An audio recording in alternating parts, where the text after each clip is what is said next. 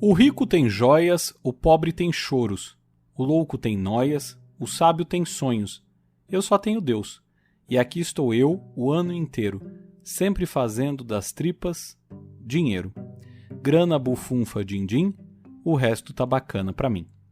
A música Dinheiro, de Rita Lee, pareceu uma boa opção para abrir o 36º episódio da Mosca, que tem no seu cardápio uma sopa.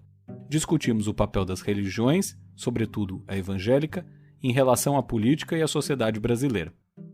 Antes da gente começar, não custa pedir mais uma vez para você seguir e compartilhar a Mosca com seus amigos. E se você tiver dúvidas, comentários ou sugestões, você já sabe, envie e-mail para moscapodcast@gmail.com. Dito tudo isso, ouvidos atentos e cabeças abertas que a Mosca vai decolar.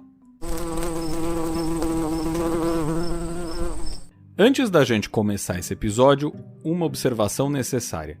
Quando a gente discute o papel da religião na política, muita gente pode confundir os argumentos e pensar que se está condenando determinada religião, fé ou fiéis. Não é o caso, certo? Isso porque quando líderes religiosos passam a se dedicar à política, eles estão fazendo política. E a política é o ponto central das análises e comentários que fazemos por aqui. Então, quando se trata de uma determinada religião, entendemos que a análise não tem a ver com a crença religiosa em si, mas sim com a atuação política de determinados líderes. Além disso, como vocês poderão observar no capítulo de hoje, a religião evangélica será a mais mencionada. No entanto, é preciso ressaltar que tanto no campo evangélico quanto em qualquer outra religião, há bons líderes religiosos e boas práticas. Há pessoas de bem e que de fato acreditam no que estão pregando. Mas também há os que são oportunistas, os que possuem interesses em benefícios próprios e os que enxergam na religião uma ponte para conquistar ou ampliar sua influência. Muitos políticos, aliás, se valem dessa mão dupla para atender também a seus interesses, como veremos a seguir. De todo modo, não custa fazer tal aviso para deixar claro que trataremos hoje aqui da religião como aspecto social e dos possíveis desdobramentos dela para o Estado brasileiro, não da fé em si, beleza? Vamos então servir a sopa de hoje. Esse episódio foi motivado pelos escândalos do Ministério da Educação, mas não trata exatamente sobre isso.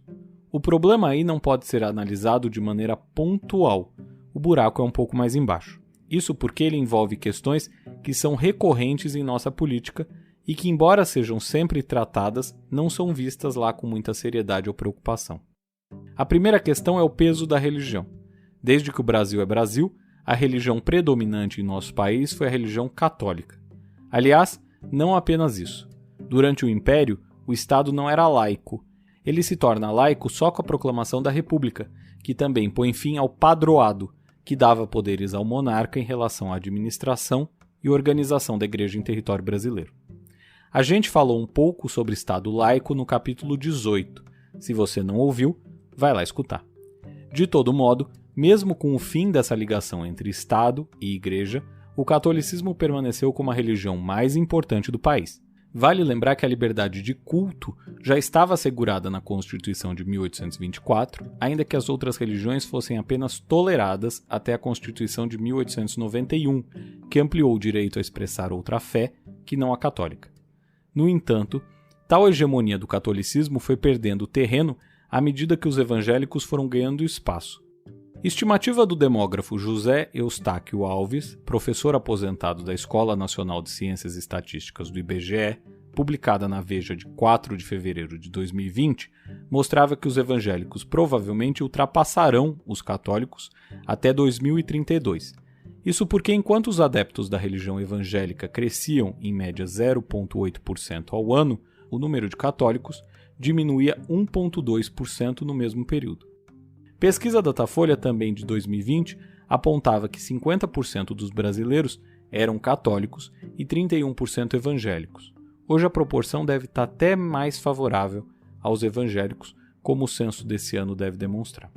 Mesmo assim, ainda que os dados não sejam super atuais, o que fica claro vendo evolução ao longo do tempo é que muito provavelmente em poucos anos o Brasil, que uma vez já foi a maior nação católica do mundo, será um país evangélico. E isso tem impacto gigantesco na política. Não à toa, os políticos das mais diversas cores partidárias ficam buscando a todo instante apoio dos evangélicos para conseguir sucesso eleitoral. E aí vale observar que quando dizemos todos os políticos, é quase isso mesmo. Bolsonaro, por exemplo, disse em março desse ano que dirige o país para o lado que os pastores e congressistas evangélicos desejarem.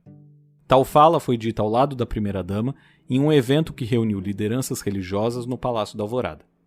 Mas tal flerte com líderes religiosos não é exclusivo de Bolsonaro, não. Não é difícil encontrar reportagens que indicam que Lula, Dória, Alckmin, Ciro e vários outros fazem o possível e o impossível para manter esse eleitorado. E aí vai de culto que os candidatos frequentam, adoção de um discurso que incorpora práticas ligadas ao pensamento religioso ou evangélico e adoção de políticas para beneficiar tal fatia do eleitorado e suas igrejas. Quer exemplos? Em meio à pandemia, tanto Bolsonaro quanto Dória tentaram flexibilizar as leis, apontando cultos religiosos como serviços essenciais. Bolsonaro primeiro, em 20 de março de 2020, assinou um decreto que listava tais serviços, entre eles, claro, estavam tais cultos. Mas não parou por aí. O então advogado-geral da União, e hoje ministro do Supremo, André Mendonça, foi à Justiça para garantir o direito de abertura das igrejas, mesmo a pandemia matando muitos brasileiros naquela época. Naquela ocasião, Dória pediu que as igrejas fizessem atividades virtuais e não presenciais.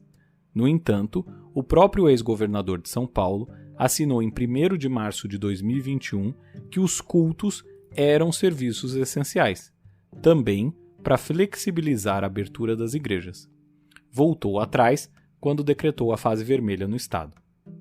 Então, é por amor a Deus que esses líderes fazem tudo isso? Não, né? Aliás, se Deus estivesse vendo mesmo o que acontece nesse campo, talvez não ficasse muito satisfeito. Basta ver que muitos líderes religiosos usam outro expediente para conseguir apoio: o lobby. Sim, tal palavrinha que parece representar muita coisa ruim quando na verdade é algo presente em nossa sociedade, mesmo não legalizado. Isso porque, assim como empresas, igrejas usam de sua influência para conseguir vantagens. Um exemplo é o perdão da dívida de quase R$1,5 bilhão de reais que as igrejas evangélicas conseguiram no Congresso Nacional. O projeto, que foi primeiramente vetado por Bolsonaro, contou com seu apoio efetivo para ser alterado no parlamento.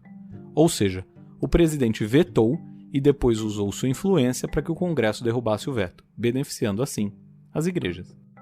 Além disso, as igrejas elegem e ajudam a eleger políticos das mais variadas correntes ideológicas.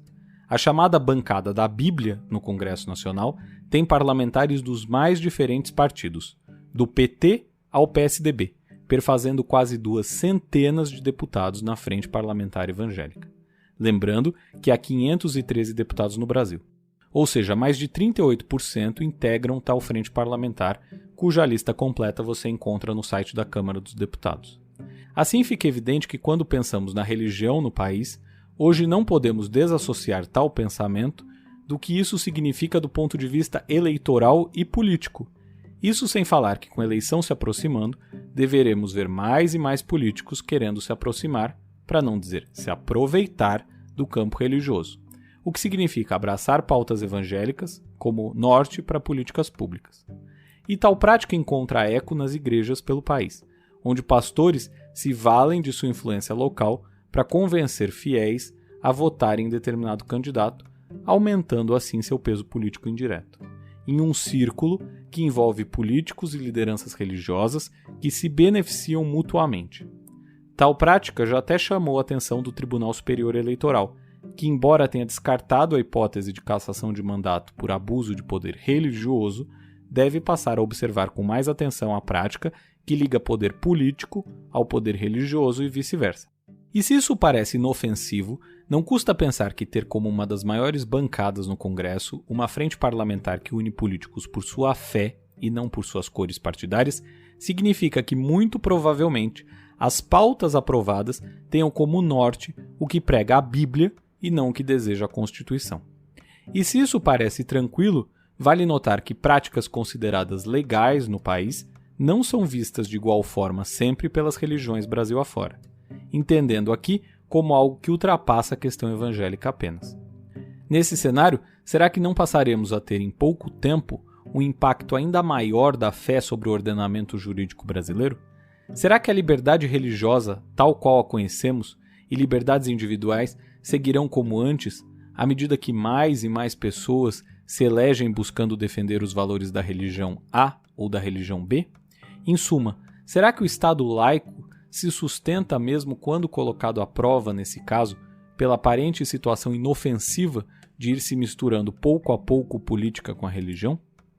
Por fim, quando a República foi proclamada, parecia claro aos pensadores que forjaram a Constituição de 1891 que a ligação entre Estado e religião não estava em consonância com o pensamento liberal que servia de inspiração para aquele texto constitucional. Tantos anos depois, parece que muitos políticos se esqueceram disso e daquela máxima que diz que a César o que é de César e a Deus o que é de Deus. A contaminação da política pela religião e da religião pela política parece ser um caminho sem volta em nosso país. O impacto disso é difícil precisar, mas sociedades que se impregnaram muito por temas religiosos acabaram caminhando para a intolerância e não o contrário. Certo? Por hoje é tudo. Se você curtiu esse episódio, não deixe de seguir e compartilhar o podcast com seus amigos. A Mosca volta na semana que vem.